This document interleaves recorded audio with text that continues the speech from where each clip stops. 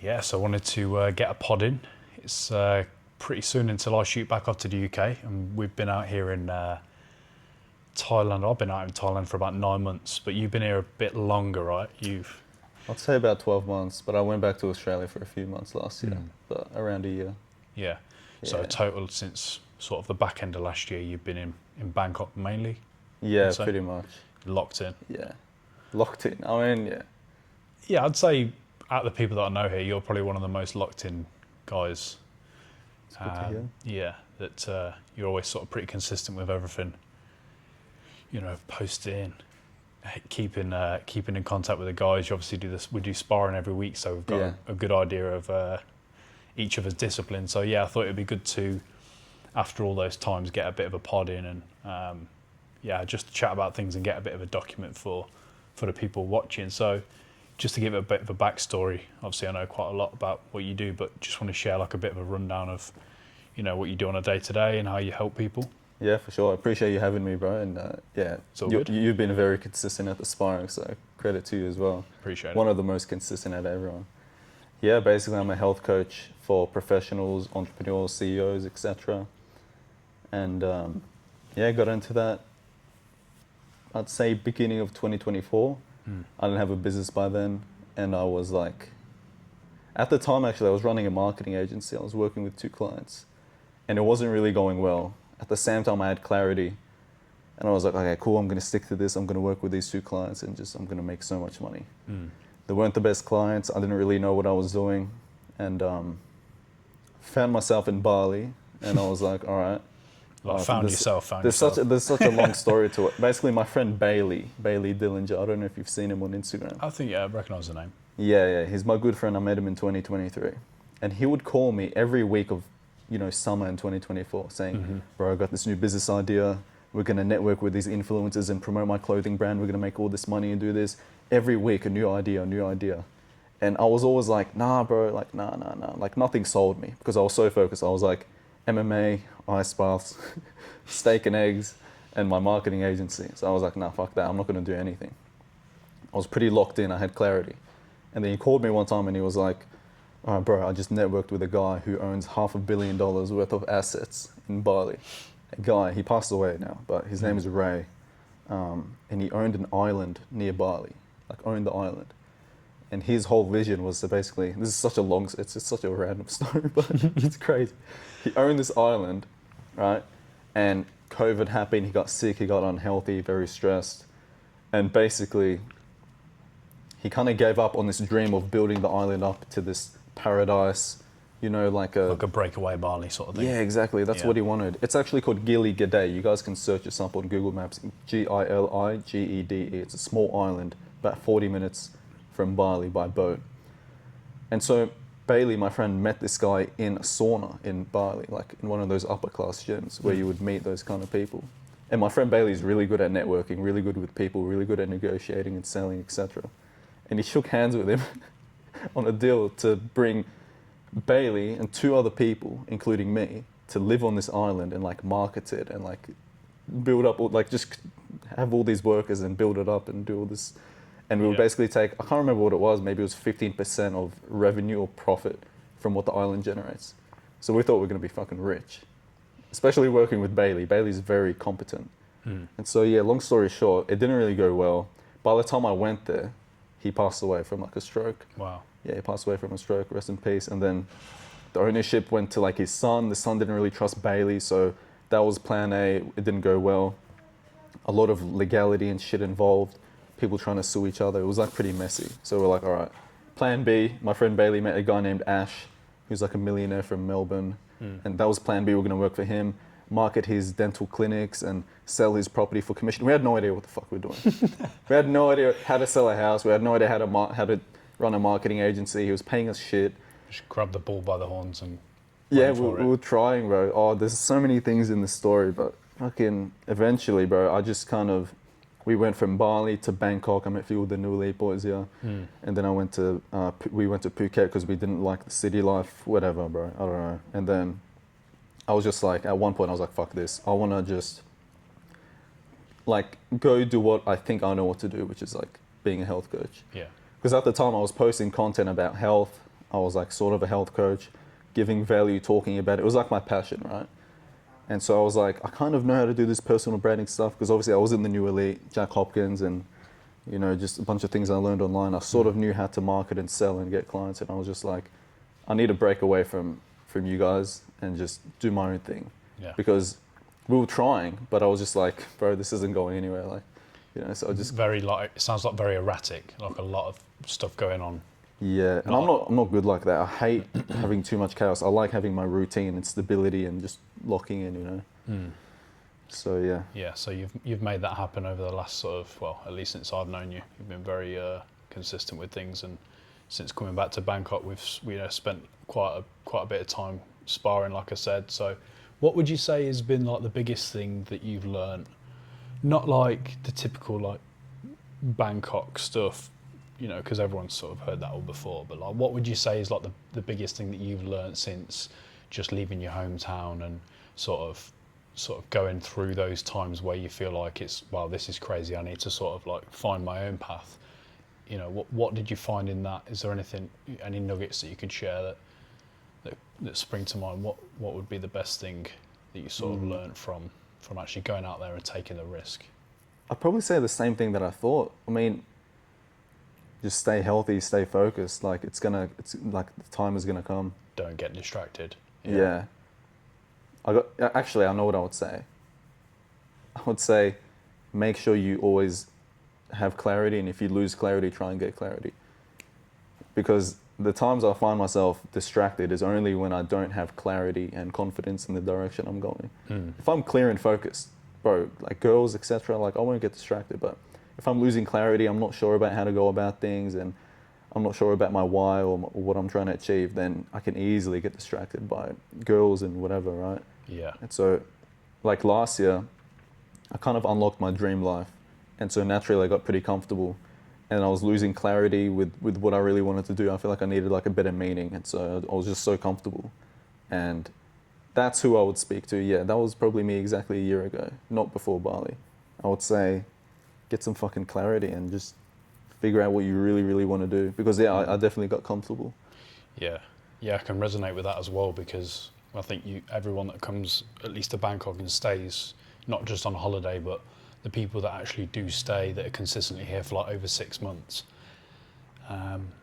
there'll be a time period where the honeymoon phase is in the beginning, where you're like, wow, this is amazing, let's go out and see everyone, let's go for cigars, and let's go for dinner, and let's go and do this, and we're going to Phuket this weekend, do you want to come? Like on a whim, you're like, yeah, screw it, let's go. So you've got that phase, and then you've got this middle, this sort of limbo where it becomes normal and the lights aren't as bright anymore, and you get used to having the sun every day, and it becomes sort of like, you take it for granted. And I think that's that you sort of accept your new reality, and that I definitely agree with that for sure. Yeah, it's and especially if you've got everything on tap like it is here in Bangkok, where you've got literally anything on your phone, grab anything you can have at your door within 20-30 minutes. You're going to be sort of kick back and relax. So I mean, in terms of, it's coming into the end of the year, I'm going to pop back to the UK for a bit and sort of finding a new place after I come back, which is going to be a good refresh and sort of hopefully change my own mindset about being comfortable and sort of freshen the environment up. Do you see yourself moving to a different place, or you staying here in Bangkok for the sort of foreseeable, or? Yeah, I think Bangkok feels like home now, to be honest. Melbourne feels like home as well, where I'm from, Australia. I know some of the boys are talking about Colombia, Medellin. So we'll see how we go, but Bangkok feels like home. I can see myself here for another year at least, to be honest. Yeah. 100%. Yeah, because things move super quick, with it only being less than a year since being here. You realise how much things change, even like month to month. Yeah. So even 30 days ago, we were probably both different people in some way. Yeah. It's crazy how fast things change here, and it can become quite transient. So I think for the long term, I do sometimes get those thoughts where it'd be like, it'd be good to have like a good plot of land where you can go out and spend time in the nature, but then at the same time, where we're at the minute, it's also like, this is the place to be. You've got so much stuff at your fingertips if you can use it correctly. Yeah, for sure. Yeah, if you can use it correctly. Yeah. You can there's people that get lost in the sauce. It's so it's easy for some people, but if you wanted to be a full-on degenerate in Bangkok, like how easy is it? Like you could absolutely lose yourself here. Yeah, you know. for sure. And you mentioned being in the network. That's probably one of the reasons why I'm here and still kicking it, because you've got that good support network of the right people. So if you are looking to come to a different country or a different city, or you don't know anyone, find a group of people that are going to be sort of at least aligned with what you want to do. Join a sports club, or go and play something, or find some like aligned people. Because I think if you're going out and searching for friends in bars and sort of down the wrong streets or the soys here in Bangkok, you're not going to last. So yeah. I mean, in terms of so you're sort of looking to stay here for a while, and changing the condo, or looking for anything different, or just locking in it? I think just stay, to be fair. Yeah, I'll upgrade my condo when I'm making, when I get to that next level. But how things are, I'm just kind of here for time, because I'm seeing the progress I'm making in business, and I'm gaining more clarity. And I'm happy with how things are moving. I think I'm still pretty productive and healthy in Australia, but I think here is different. You kind of progress more. You also have a bit of pressure as well. So I don't feel like I need to be here, but I think it's good to just, I mean, how old are you? 23? 23, yeah. 23. I'm 24. I think at our age, it's good to just be out of home in general. Yeah, for sure. Like I think it's better for our development and all that kind of thing. So yeah, no, I like Bangkok, to be fair. Yeah, for sure. A lot more to get out of it. It can get tiring at times, and you definitely do need a break from the city and go down to the seaside or whatever, go to a different town, and get a bit of a break from the air and the traffic and stuff. Yeah. But overall, it's pretty good compared to a lot of places. Pretty grateful to have the opportunity to live here. Yeah. And you mentioned about business and stuff. What would you say is the sort of biggest area that people go wrong when they're trying to not just start their health optimization, but what's one thing that people are like doing that they don't even realize that's really weighing them down? Like, what's one thing that you see common?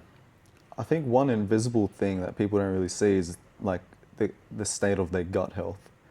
Because I myself, growing up, I didn't get it tested when I was young, but it's very, very clear and obvious to me that I had some gut health issues, whether it was like gut dysbiosis or whatever, a leaky gut, more than likely.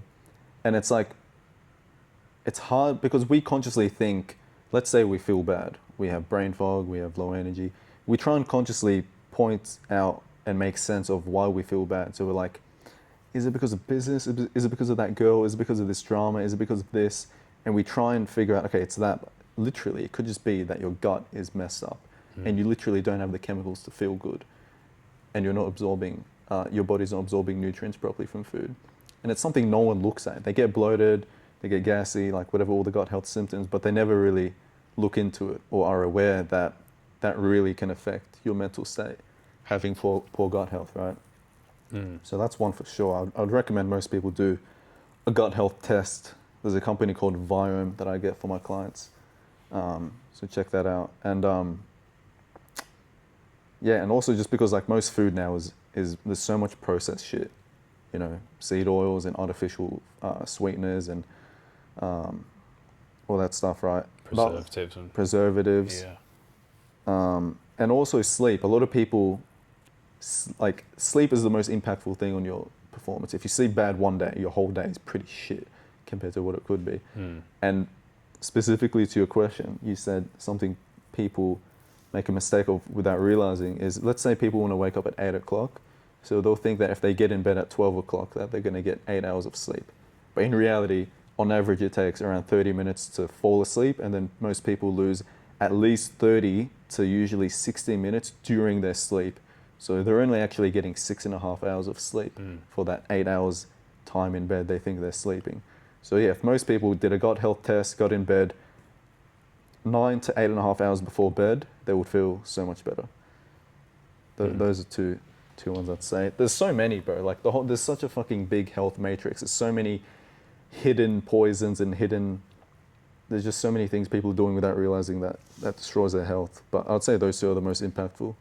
Yeah, because you see a lot of people trying to do like the very refined 1% needle movers when the foundations of the house are just built on sand. So it's almost like, I definitely agree with like the sleep. That's something that I could look into, especially, hearing that about my gut health. That would be something that I test, because before I've tested blood hormone stuff and done the testosterone test when I was back in the UK, like every couple of months. And that was helpful to see, yes, am I progressing in the right direction? Is there any underlying things? But the gut health, because people, it's commonly known that sort of there is like a bit of a brain down there. You need, like, there's a back and forth between the gut and the brain, I believe. So gut brain axis. Yeah. 100%. So if you're stuffing your face full of McDonald's, or you're drinking every weekend, or you're sort of just wiping out you can sort of like wipe out your gut biome by eating certain foods, right, and sort of and crushing. Absolutely. And I had a call with someone. It was like a discovery call, so he was a lead, and I assessed his general habits with diet, sleep, etc., and he was eating terrible. And I was like, and he was saying something like, I can't follow a meal plan. I was like, okay, why can't you follow a meal plan? It's like, because of depression. I'm like, obviously I didn't say that, but in my mind I'm thinking, you're depressed because you eat like shit. You're depressed because you don't move your body. You're depressed because you don't sleep. And it's just a misconception, a misunderstanding people have, that the food you put into your body, like, you have to think about, specifically with food, you're like giving it to your body, and it has to deal with all that shit. You're just like feeding it poison. Like, what's happening after that? People are just so emotionally decisive on things. But I forgot what the question was, but what's the sort of main thing that people make a mistake is what they eat, their food that they consume. Is the food and sleep are probably the biggest two things, right? And then everything else falls in after that. Don't try and do vitamin D supplements if you aren't getting, without, focus on your sleep first. Do the big things. Take out the big sort of. It's something like, I forget. There's an ism where in business or 2080. It's like, most of the problems are down to a couple of big things, and people tend to focus on the little things without taking the big problems. So for sure, it can be helpful to realise. But I think there's been a massive resurgence, or there's a new wave of people who are actually becoming a lot more health conscious. Even the guy that we've seen in the corridor on the way in, he's got his raw Paleo Robbie. he's got his Paleo Robbie. He's got his like raw milk and his raw honey and everything like that. It's not just like a trend in terms of like a fad where people think it's going to save them forever, but people are actually waking up to the fact that the food industries and the sort of pharmaceuticals they want you to be ill, and it just kind of comes about that if you just take care of yourself, a lot of the problems that you're having, whether you've got skin conditions or I'm not a doctor, but a lot of the things, if you just treat yourself right, things will solve themselves.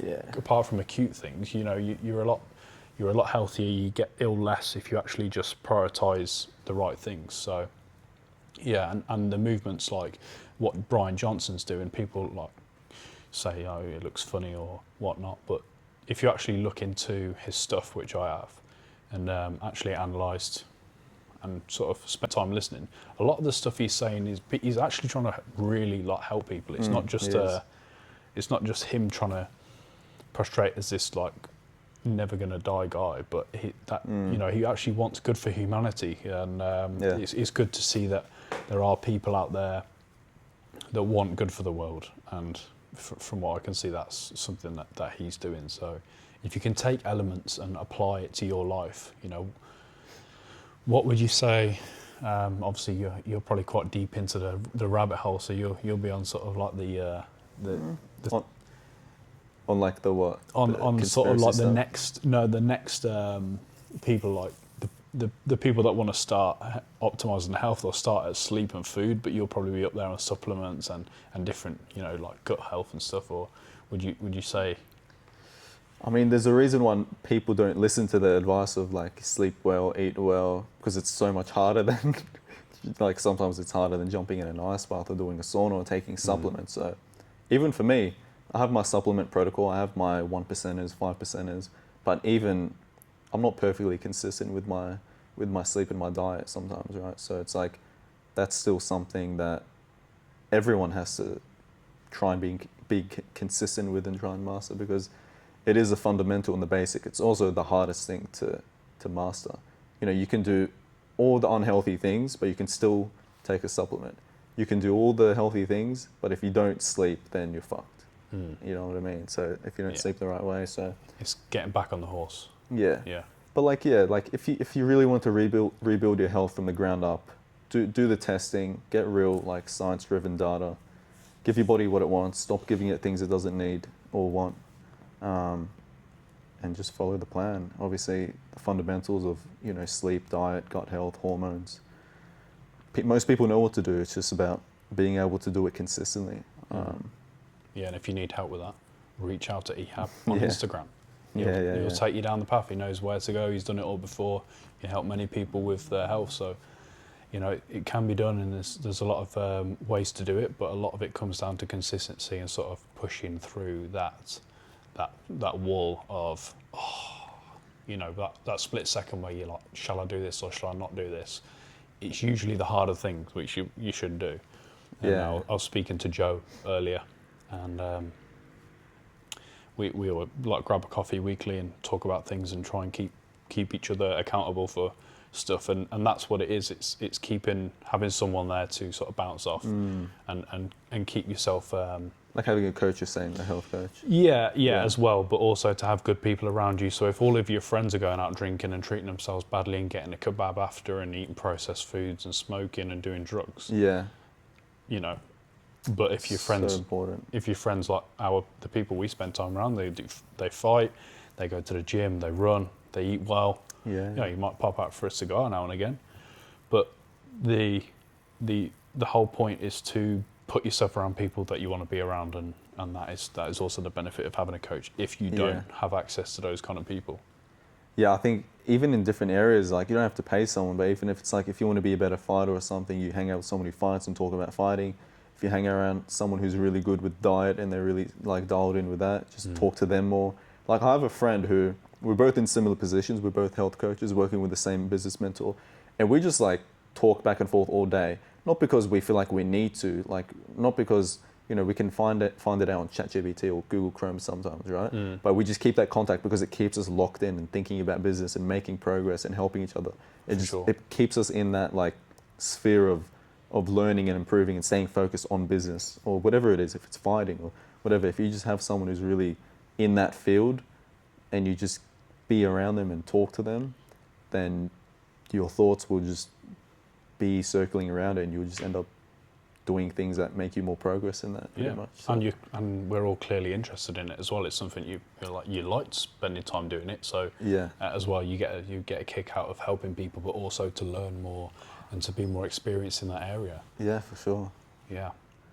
Have you done any have you had a trainer for fighting since you've been here, or just done like sparring how we do? I miss training and fighting. Just I've just been training by myself, just practicing drills and hitting the bag and trying to stay fit, sparring you guys once a week. Yeah. But not enough. I'm still making progress, like honestly, month by month. But not really going to any more Thai gyms, just because I know it's like a 2-hour session. Then it's like getting there and back. By the time you shower or whatever, it's another hour, 3 hours out of your day. You need to put more time into recovery. You got to be It's just all like, in. because I'm so locked in on business now, it's like I'm using as much time and energy straight onto that. Before, times where I was distracted, maybe I wasn't focused on business, sure, I will do Muay Thai, sure, but I think I'm just doing enough to scratch the itch because I love it so much. But next year, I might even stay in Australia and have a few MMA fights, because I've put it off for 2 years now, more than 2 years. So I really miss it. Yeah, there's that dedication that you've got to put into fighting, because the person that you're going to be coming up against, if he's all in and you're not, is a clear winner. Yeah. So there's that understanding of you've got to be sort of on top of your game before you go. You know, the fight is won before the match or before the fight. Yeah. In the preparation and the mindset and the training, the nutrition and the recovery. But also, you know, it's just as important to have the business locked in. Yeah, and, facts. And be able to support yourself as well. It's like seasons, and like some people say, oh, just take a fight and just train once a day. I'm like, I don't want to step in a ring or fight someone unless I know I've put like everything into it. You know, because you're gonna know if you cut corners or decided to work on business instead of go for a run or stretch. It's just all that. It's like, no, if I want to fight, I want to be super autistically locked in on fighting, even if it's amateur. I don't care. Like, if it's a fight, it's a fight. Yeah. You know, if I have leftover energy and time, I'll put it into business. But yeah, I've got to prioritize it. I've got to really do everything I can. Yeah, you got to put the most important thing forward. And right now, you know, taking a fight probably would hinder future progress and stuff. So it's important to have priorities and keep that. And that goes back to the clarity.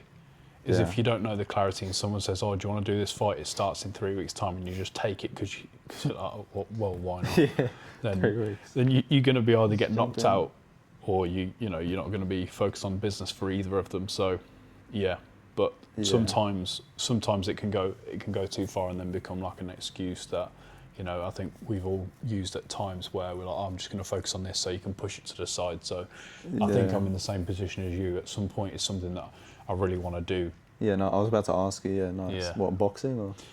That's all I've really ever done since I've been an adult. But before, when I was younger, I used to do some kickboxing, like freestyle kickboxing. It was more like just get the belts and do the...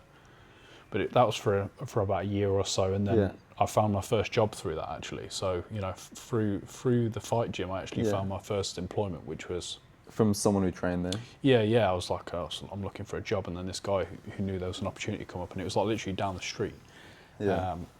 So yeah, just get yourself to a fight gym if you're, you know, struggling. You'll find some good people.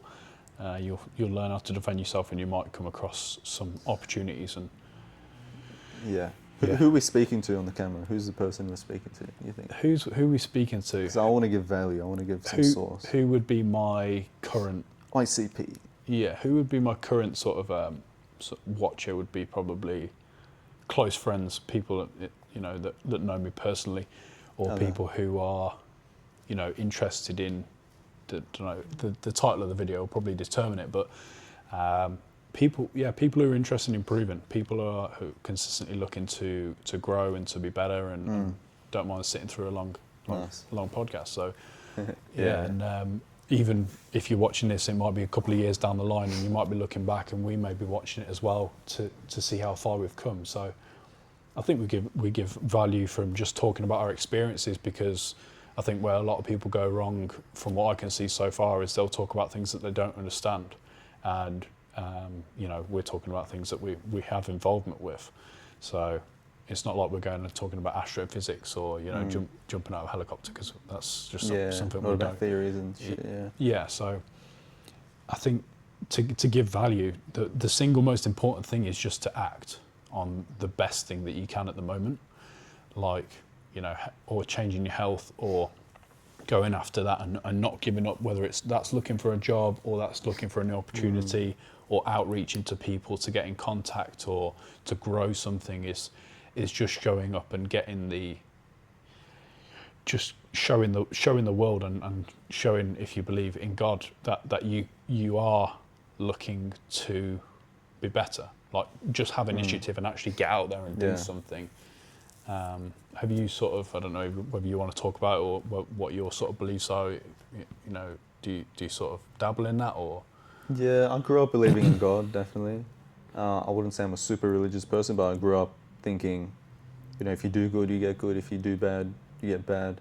Just thought to be a good person, really. Like in a karma sense, or? Yeah, in a karma sense, especially. So you always believed in God. What about yourself? Yeah, it's something that I'm looking into recently. It's always something that I have been sort of on the side interested in. And what are you now? Like atheist, or what's the word? I was previously agnostic, where I I didn't say no, but I wasn't sure what would be the good. What, you know, I didn't know, and I didn't have the sort of cognitive time or the power to sort of invest into learning about it, because Yeah, I grew up as probably, well, we didn't go to church as a family or anything like that, but you know, the UK and the Western world, the society was built on Christianity, and I got drawn to it because I was like, oh, I want to know a little bit more about the history. Like, what are people talking about when they say like the God's Prayer or the Lord's Prayer and all these different things that I've heard growing up hundreds of times or thousands of times?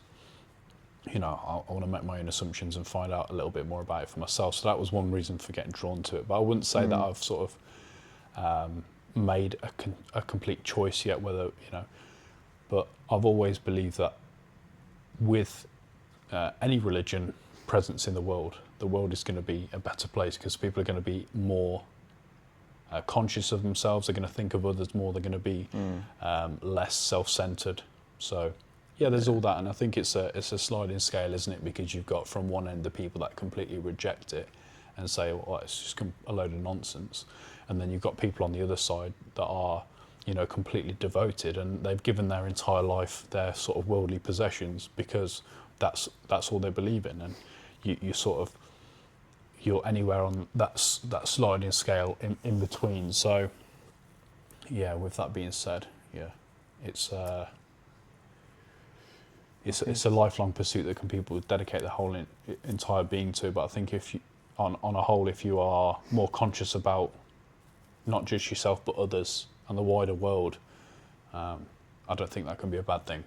Yeah, I agree with most of that. I think if you don't look up to something, whether it's a god or like something like that, that's positive in a sense, right? Then you're gonna naturally worship satanic shit. I think, like, if you're not worshipping, I'm not saying you have to worship, but if you believe in a higher power and you're more fearful for it, Yeah. then you're less likely to get drawn to just low frequency shit, you know, and like random rappers and artists and things online, and you know what I mean? Like, you'll end up devoting, like your brain will, I don't know how to explain myself. You're always going to get drawn to something, aren't you? There's always going to be a draw to, I think you're trying to say, like, you know, if you don't have, you know... Like, you're not grounded in something, and then you just get distracted by all the low frequency shit, I guess. Yeah, you can get sucked into idolising something. Yeah. Yeah, so, yeah, and I think the rappers and the stuff, that is a big thing, because not only are you sort of looking up to someone, you're like being programmed as well. Yeah, exactly. And that's one thing I did recently.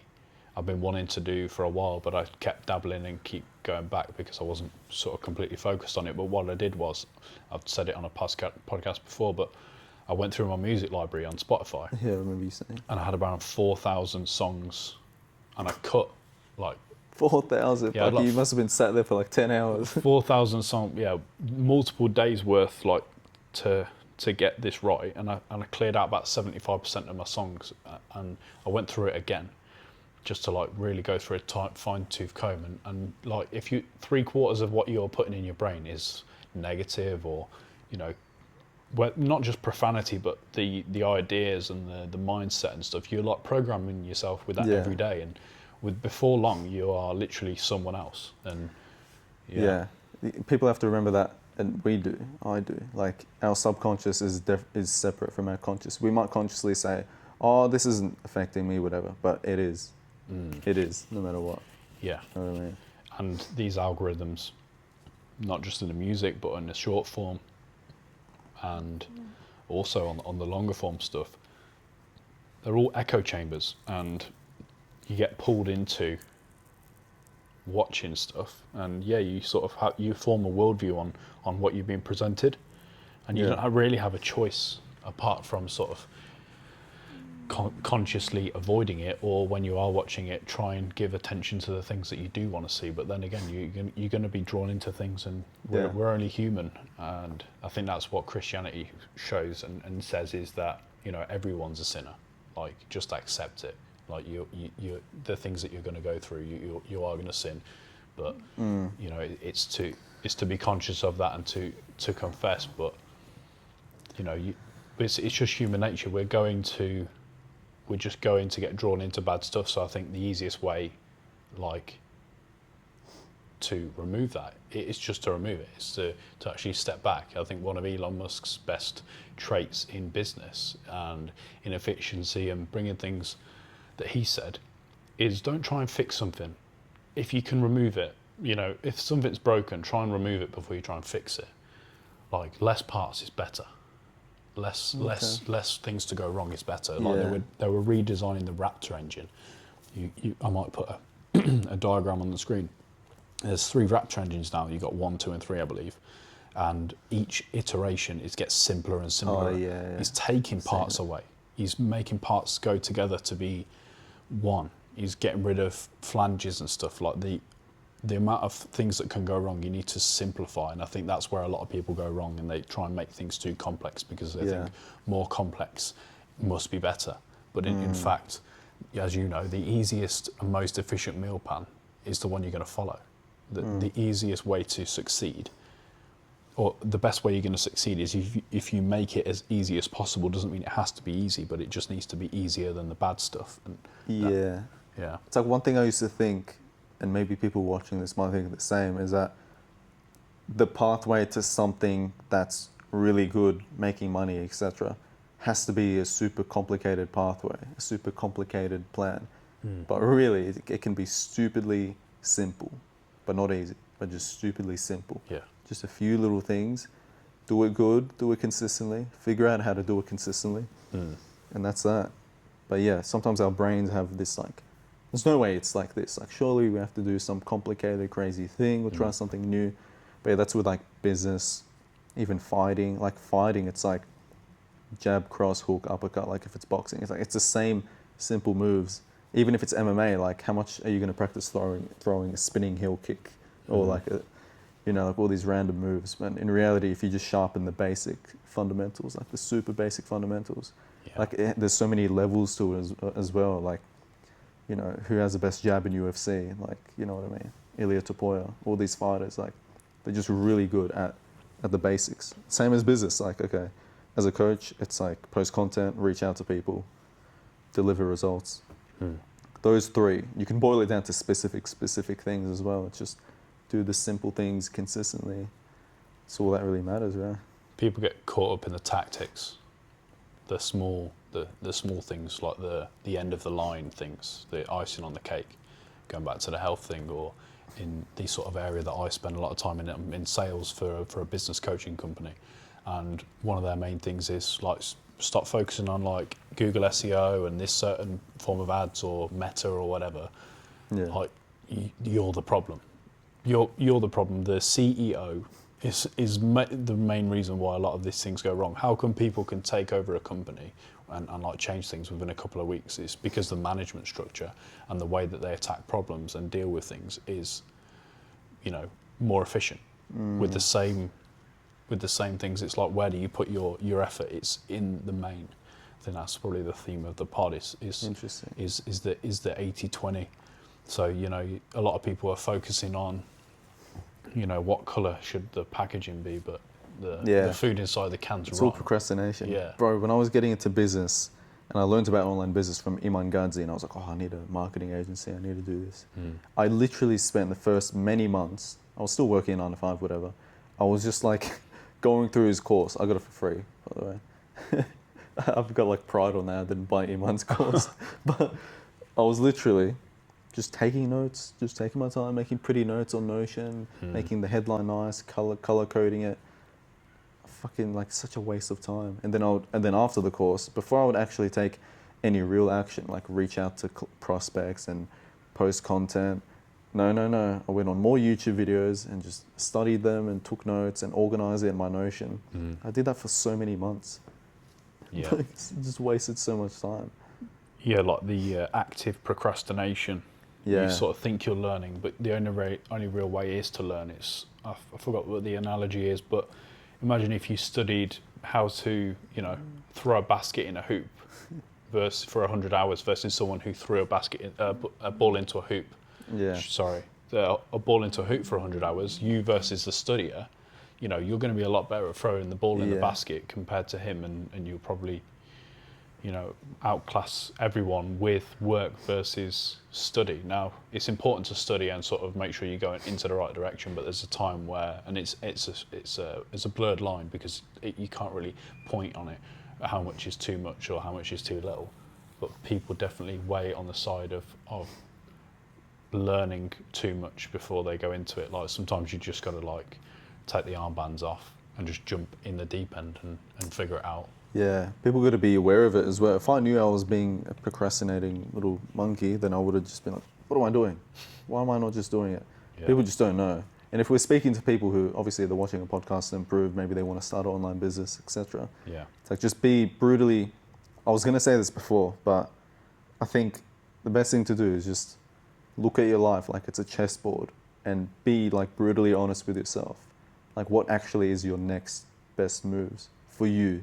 Not from what all the gurus say and what we say. Like, just think about, like, with your life position right now, how resourceful can you be? What are the things you want? What should you do? Because for me, at one point it was like, okay, I need to get off weed and stop going on YouTube, and that took many months. As much as I wanted to make 10K a month and like just jump to that, it's like, okay, you're here. You need to like follow the plan. Worked a 9 to 5 to save up money and did this and did that. It's like, everyone's life is so different. It's like, just look at your life as like a chessboard and figure out, okay, what's the next best moves for me and my situation for what I actually want. And if you have like clarity and you have the intention of what you actually want, then yeah, eventually you'll just get there. But just be smart about where you are on the chessboard and don't just follow random advice when you're not in the position to follow it, really. Yeah. I think that's general advice everyone can take, really. Yeah, and it's good to force a position if you don't know what decision to make. One is good to take it, but also there's someone else out there against you. So sometimes you just got to take what you can, play the cards that you've got, and also, yeah, there's so many people out there with different life paths and different upbringings and different financial, incentives or backing or location. Yeah, it's a massive thing. Imagine being born in the hills in the middle of nowhere compared to being born in Bangkok. Like, you're going to have different opportunities, so you've got to play where you're strong, like your own strengths, and then also play with the cards you got. Yeah, something I never thought about, but I'm thinking about it now, and it's like, because we always watch self-improvement or whatever, we hear advice, we're like, oh, I should do that. It's like, no, think about my life right now. What should I do? You know what I mean? It's not something easy to figure out what you should do, but I just think that people never really do that. Maybe I never did it, but yeah, I think it's really good. Stick around the people. My advice would be to anyone, stick around the people who are going to tell you how it is, even if it hurts. Like, yeah, I'll be quite honest and upfront with my friends and try and, I don't go out there to offend people, but if what I say offends people, if I'm trying to help them, if it offends you, it's probably right. So like, I try and be honest up front. One of my friends called me the other day, and he was just telling me about a story, and I was like, bro, it just sounds like your thinking isn't straight. Like, what's going on? And he's like, yeah, probably right. Like, yeah. So if you're watching, you try and stick around people who will tell you honestly, and if you can't, try and find a mentor or put yourself in the right position, or completely move places so you can redesign who you are as a person. Moving across the world for me has been able to do that. I've been able to redesign myself a few times, moving from job to job. Every time that I moved, I got closer to who I really wanted to be. And now, at this point in my life, I'm closer to, my true self than ever. And, that's one of the reasons why it's important to change, is because people have that perception of you. People have a preconceived idea of, who you are. If you like pooed your pants in year 10, like in school, then you're always going to be poopy pants to the guys that you grew up with. But if you move across the planet, people will think, oh, this guy's dressed quite nice. What is he, a businessman? Yeah. Like, that's the difference. That's a hard thing to break out of. Yeah, I didn't think I'd say poopy pants on a podcast. It's a great analogy. But it's true, yeah. But what was it like? Because I know tall poppy syndrome is quite a thing in Australia, right? What does that mean exactly? I've heard it a few times. I believe the analogy is like, there's a field of poppies, and if it's the tall one, it's going to get the head cut off, almost. Oh, so it's like a crab in a bucket kind of thing? If someone... Yes, yeah, sort of. Like, people don't like to see others do well, potentially. From where they came from, like the same area. Yeah, because it sort of shows their inequalities or people will try and keep you down. I've heard it spoken about a few times, and it's obviously it's probably a generalisation, but on the whole, I think it is a common theme that people want you to do well until you're actually like do better than them. Yeah, it seems that way. I think for me, I know a lot of people struggle with it, but I think for me, I didn't have support, but I didn't have direct hate. You know what I mean? I think when I got into self-improvement and I was kind of at like a bit of a rock bottom, whatever, I was like, I kind of moved away from my friend group for like, proper like a few years before I got into business and came out to Thailand. So I was already kind of cut off from my friend group. I only stuck to like maybe 3 good friends, real good friends that, as you were speaking about before, like we are so brutally honest with each other. It's crazy.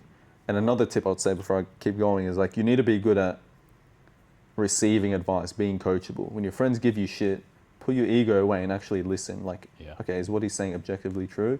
Then listen, don't have a cry. But anyway, Agreed. I was already kind of cut off from my friend group. Like, we were cool, not like hatred. There was probably some weird energy.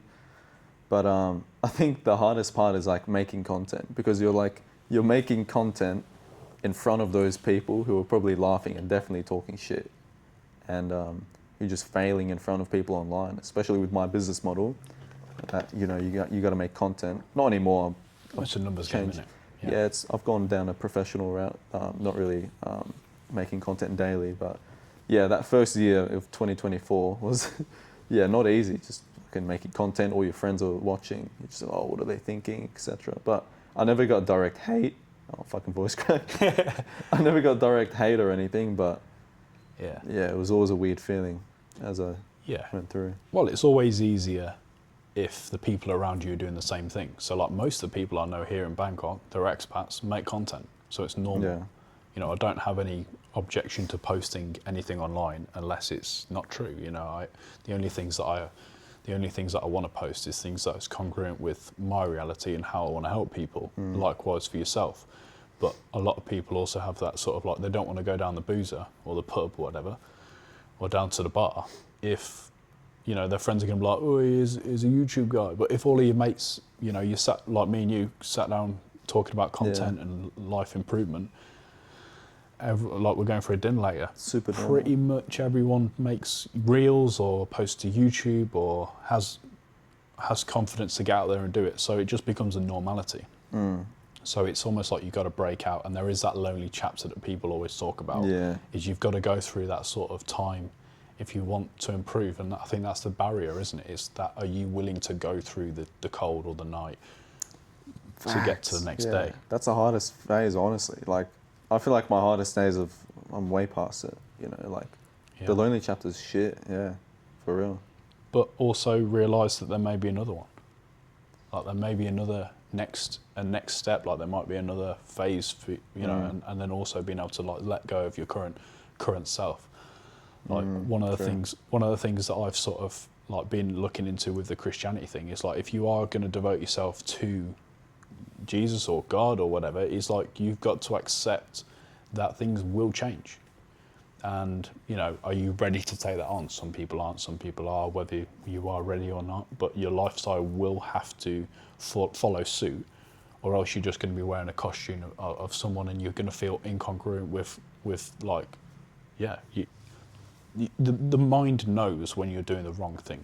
It's almost like when you're procrastinating or you're doing a little bit extra, in the front of your mind you feel, oh yeah, I'm doing this and I feel good about it, but back in your mind, when your head hits the pillow, you're like, I could have done better. Yeah. Oh, shit like that. I think it's like a gut feeling as well. You get, you just know if you did something you should have done or didn't do something you should have done. You just get that gut feeling. Yeah. Which I think is super important to listen to. For sure. Yeah, I'm going to switch up the conversation. So, you mentioned girls earlier. Guys get absolutely distracted by girls. What is the one thing to look out for if you are a young guy, if you're looking to date in Bangkok or Thailand?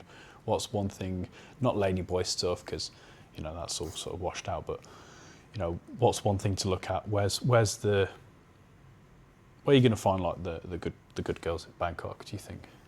Not on Tinder. Not on dating apps at all? it's not worth, like, don't be surprised if you just match with trash girls on Tinder and Bumble. I wasn't using that for a while. I was just using Instagram, and like I was approaching a few girls. Yeah. And then I got on Tinder, and I'm just like, I've got a recency bias now because I've been using Tinder. I'm just like, wow, these girls are so like trash. Yeah. I would say, yeah, I don't know. Advice? There's so much advice. I don't know. Yeah. I'll chime in. I mean, I've never used the dating apps here in Thailand, and Really? I've sort of steered away from it because It's good. I know the downfalls that it can bring. But and sort of already have, that clarity. That clarity just helps. Like, come on, this is not my level. This is not where I want to be. I think the best place, if I was to give my advice, would be to live a good life, and you will come across the right people. Live how you want to live.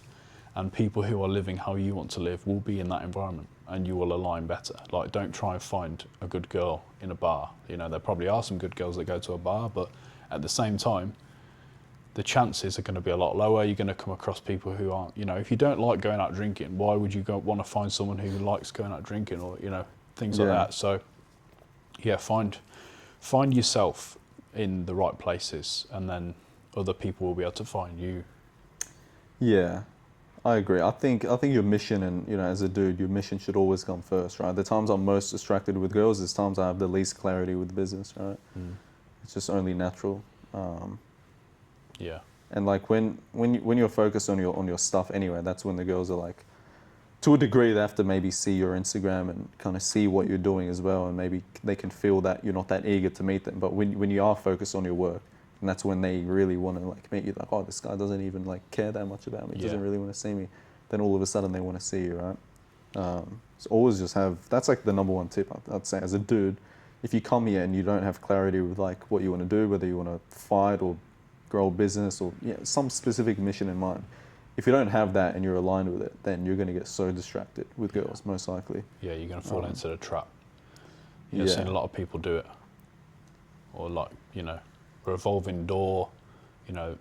Your energy is super valuable. You need to protect that, especially if you're in business and you're fighting or you're in health. Whatever you put your most of your mental power into is what will come.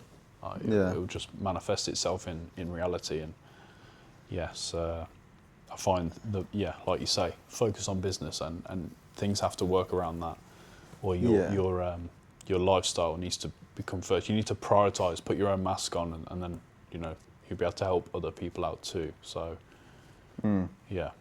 try and focus on your grind, and then you'll have more energy to do the right things as well. I think there's phases and seasons as well. Sometimes I know I'm just in a phase of just like messing around and whatever, right? And I'm like whatever, I don't really regret it. And then sometimes I'm like, okay, cool, like I've had that, now I just want to focus on business. Like, oh, there's a girl I'm taking a little bit more seriously, see how this goes. I think it's just phases in someone's life, kind of like the chessboard analogy thing. Yeah. Just like know where you are. Do you want to gain experiences? Do you want to settle down? Do you not care? Do you just want to work? Then do it. But I think just be honest with yourself, and just wear a condom. Very good idea. Very good idea. Yeah, it's you got to be super conscious about things, because one wrong decision in wider life, you could go to the gym. You could go out to change it. You could go out on a night out. There's many different things that could actually happen. You could go on a night out and you could find someone that you're attracted to and actually settle down and have a good life. There's someone that you could meet and you could like have a one night stand and then end up having a baby that you didn't expect or wasn't brought up in the right position, or you could get into a bar fight, or you could go out and get absolutely hammered. Like there's so many different opportunities that can happen. And if going back to the clarity thing, if you don't have that, then you're just going to be sort of that boat without a sail that I've heard people say before. You're just like boat without a sail. Yeah, you're sort of getting blown around by the waves rather than having your own intention. Yeah, life is completely different when you have clarity and intention compared to when you don't. And it's hard to even know when you have clarity. Sometimes you're like, because it's happened to me only like recently, like, oh yeah, I know what I'm doing, I'm focused. I wasn't really focused. For me, focus is like I'm waking up like excited and or even at least stressed on what I need to do and what I want to do. That's what I really love. But waking up and like, yeah, life is cool, messages go get a massage, eat here, train. It's good, but it's not like, there's something fun about building something, like being on your mission. Yeah. You know? Yeah, that's an important thing. Like, you notice when you're, I think, obsessing about something that most people discredit. You know, you're actually sort of waking up excited to work when most people are like, Monday again. Yeah. Like, and that comes with... It's hard to get that, but when you do, fucking life's great. Yeah, and it won't happen straight away, because in the beginning, if you're watching this and you're in your 9 to 5, or you just moved out to Thailand, or whatever life stage you're at, is you're always going to be sort of working towards something. If you're at the point where you're like, yeah, this isn't what I want to be doing, it's not going to happen straight away. So you've got to, I think, work backwards and realise what you don't want to do. And then you can start to work in that direction of, yes, this is what I can do. And after a long enough time frame, whether it's 6 months or 6 years, and you're doing the right things daily, it's going to happen. Just try not to miss a day. Yeah, it'll take time. It's just patience and just have the intention. Like, now I really enjoy my business. Before that, like the first year especially, it's just such a shitty grind of getting rejected and doing things you don't want to do.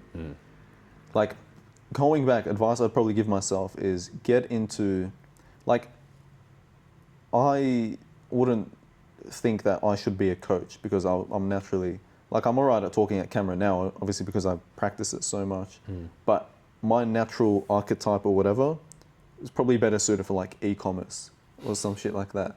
You know, people wouldn't look at me and say, oh, he should be an online coach influencer, because I was such a shy, like, introverted guy. I just kind of got thrown in the deep end, like absolutely thrown in the fucking deep end. I'm okay at it now, sure, but that's another tip. I think pick something that suits your personality more. For example, I could have, maybe I still was a coach, but maybe I did my content on LinkedIn because I'm better at typing. I don't want to be on camera. I would have made more progress if I'm honest. You know, so I think find what you want, but you can do it in the way you want. You don't necessarily have to go the hardest pathway. That's hard in your life situation, maybe your personality as well. I've also been working with a business mentor, Billy Harris, who was like Iman Gadzhi's health coach. I'm working one-to-one with him. And his approach I love so much more because I don't have to make daily content. I don't have to do this and that and all these things I really hate. And it still grows a business, and I still work with people I want to work with and charge a lot of money, and it all seems great. It's like, oh, I thought I had to do X, Y, Z, but there's a lot of ways to skin a cat, as they say, right? And so, but yeah, you can't just sit on the sidelines and wait for that perfect opportunity. Yeah. You still have to go do shit. And then you'll fall into I think eventually you fall into your, I don't know, the right thing, good for you, eventually. Yeah, I definitely agree with picking something for you, but at the same time, I'd agree with yourself in the fact that I used to be quite shy. You know, partly I was quite, wasn't very confident in my abilities. And once I started working on myself and actually improving, then I got my own voice. I actually could, articulate what I wanted to say before. I couldn't explain how I actually felt or explain how I wanted something done. But with, even if you don't enjoy speaking on camera and you sort of get that resistance to making content, I think if you walk in the direction of fear, then you're only just going to grow. And the art of communication, the art of speaking, in today's age is absolutely imperative to be successful, I believe, because without words and without being able to talk, then how are you going to influence the way someone thinks, or be able to explain how you want a video to look, or even down to the minute things like, can I have my steak this certain way, or even the very small things, and being able to say things in a concise fashion is important. Bro, 100%. Like, I don't think, like, people watching, you don't understand, like, I was so, like, shy and anxious and, like, all that shit before. But people would see me now, like, maybe they saw my Instagram when it was very personal, brandy. Oh, look at this guy, he's like a fighter and etc. But, like, if I would have seen me when I was, like, even 20, I would not think that I would do anything like fight or fucking make content online and travel and run a business, etc.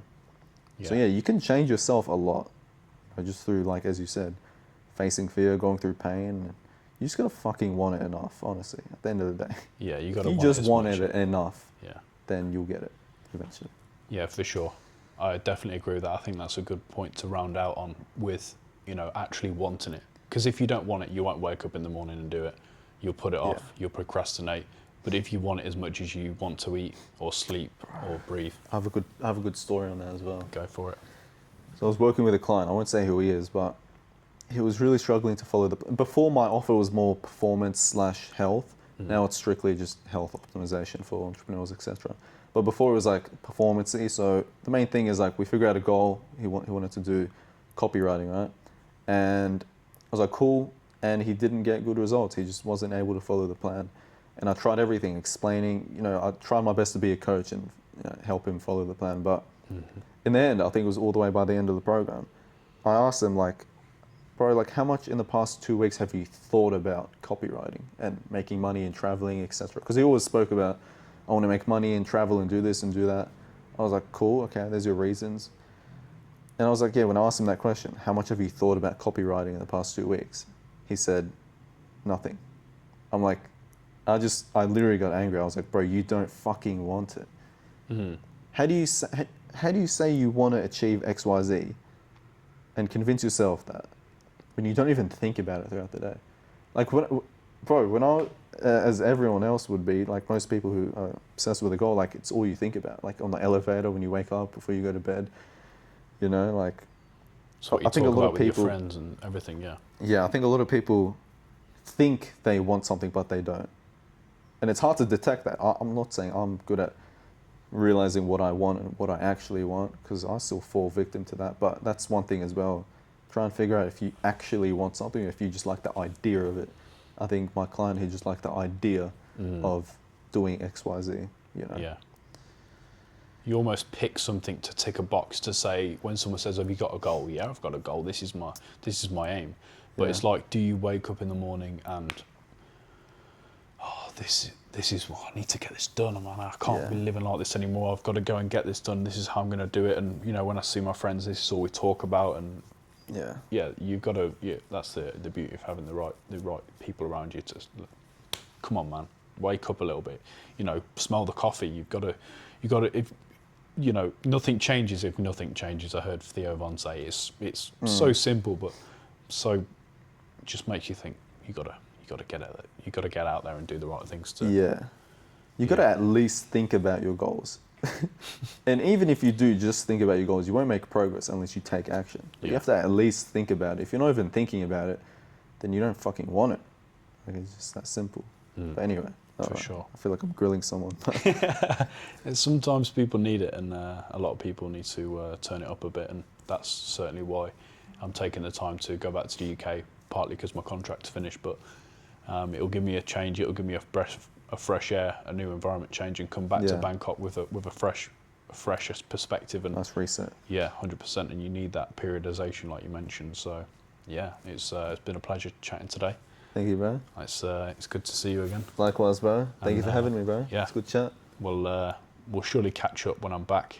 There'll be plenty of stuff going on at the end of the year when Bangkok's busy. So if you want to move to Thailand, the best time to move is probably November, December, January, February, in the driest season. And there's a lot of people, a lot of tourists, but also some good connections. If you want to link up and you come into Bangkok, drop me a message on Instagram or drop in the comments, and we can get it rolling. I'll drop Ehab stuff in there if you want to find a health coach who knows what he's talking about. He's been through it himself. You just heard him chat to it for about an hour. Thank you, bro. You know where to find him. And once again, I appreciate your time. Thank you, bro. Take care. Sweet.